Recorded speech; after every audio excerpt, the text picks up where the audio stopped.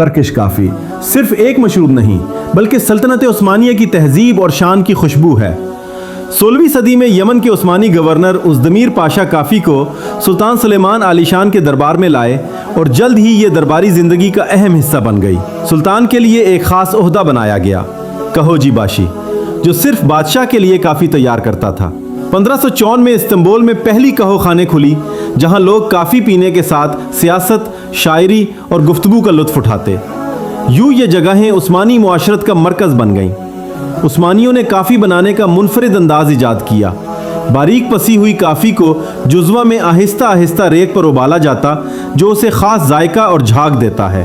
Turkish کافی آج بھی ترکی کی مہمان نوازی اور روایات کی علامت ہے اور یونیسکو نے 2013 میں اسے انسانیت کا غیر محسوس ثقافتی ورثہ قرار دیا۔ یہ وہ خوشبو ہے جو عثمانیوں کے دل سے اٹھی اور آج تک قائم ہے۔